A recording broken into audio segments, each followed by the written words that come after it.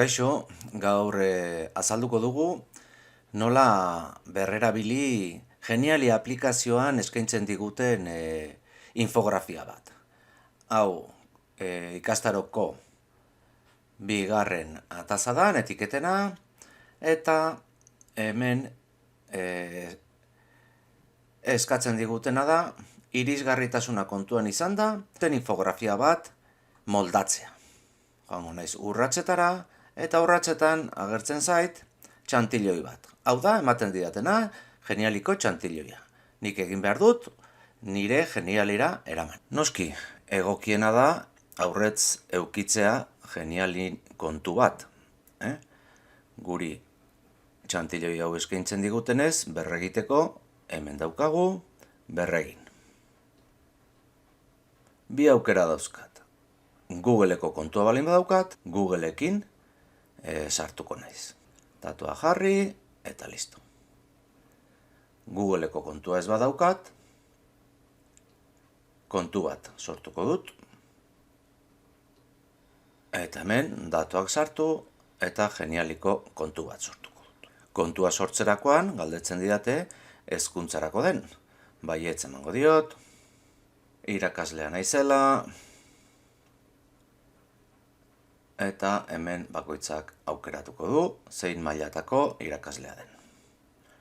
Hasi emango diot. Behin kontua sortuta daukadala, berriro emango diot txantiloia irekitzeko. Nahi dut berreragin eta hemen daukat.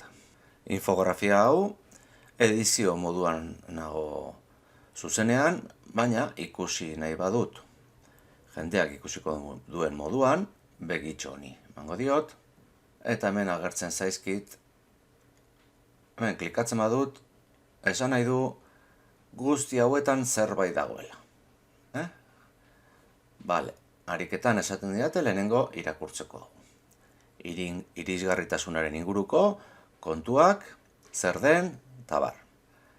Baita ere, hau, nola irisgarritasuna nola aplikatu daiteke. Eta hemen guztietan daukat ikur hortan zein testu dagoen. Hau, bileratan nola, portaera nola izan behar den, etiketa da. Beraz, aipatzen dizkigu arau batzuk. Leku isila bilatu, jesarri zaitez ondo, eta hemen guztietan daukagu ze prozedura eraman behar dugun bideo bileratan. Baina honi eman nahi diot irisgarritasun irizpide batzuk hobetu behar ditut. Honi aldaketak egiteko berriro joango naiz ediziora.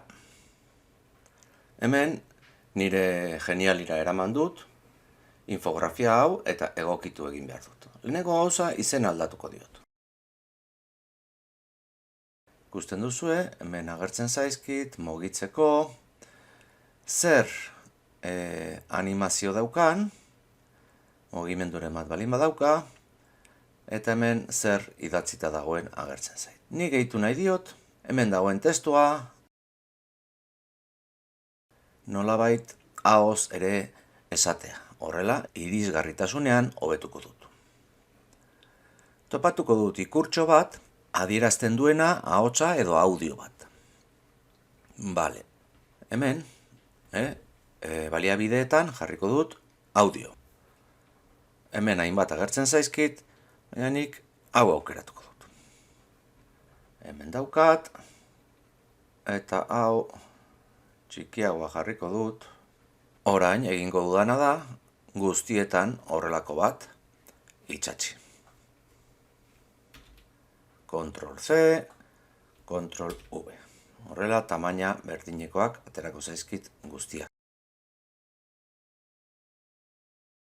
Badut guztietan ikurra jarrita. Zer egingo dut orain?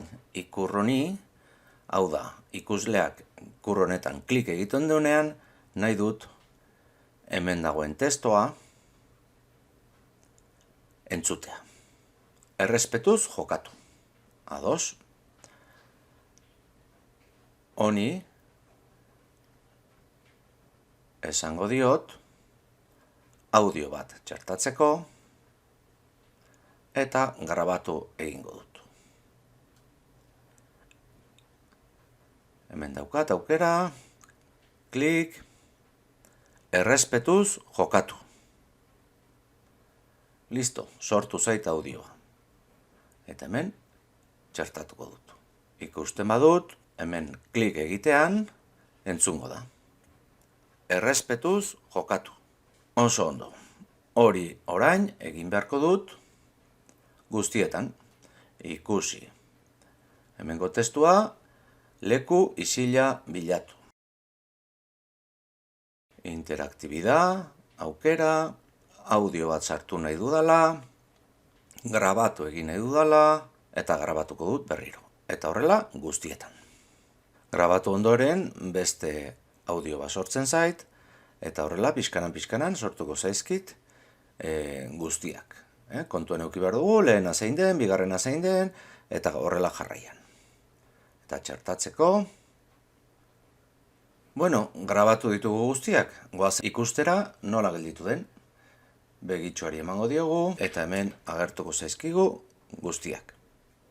Leku isila bilatu. Izan ondoan, behar izango duzun material guztia. Amatatu bideoa.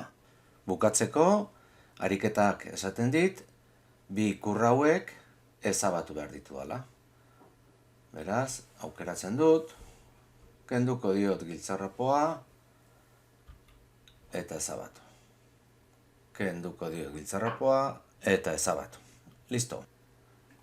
Orain, amaituta daukadala, nahi dut hau partekatu honen helbidea atera. Beste edo nork ikusi dezan. Joango naiz, partekatzera. Esango diogu, publiko egin nahi dudala. Berrerabili daitekeela, eta listo.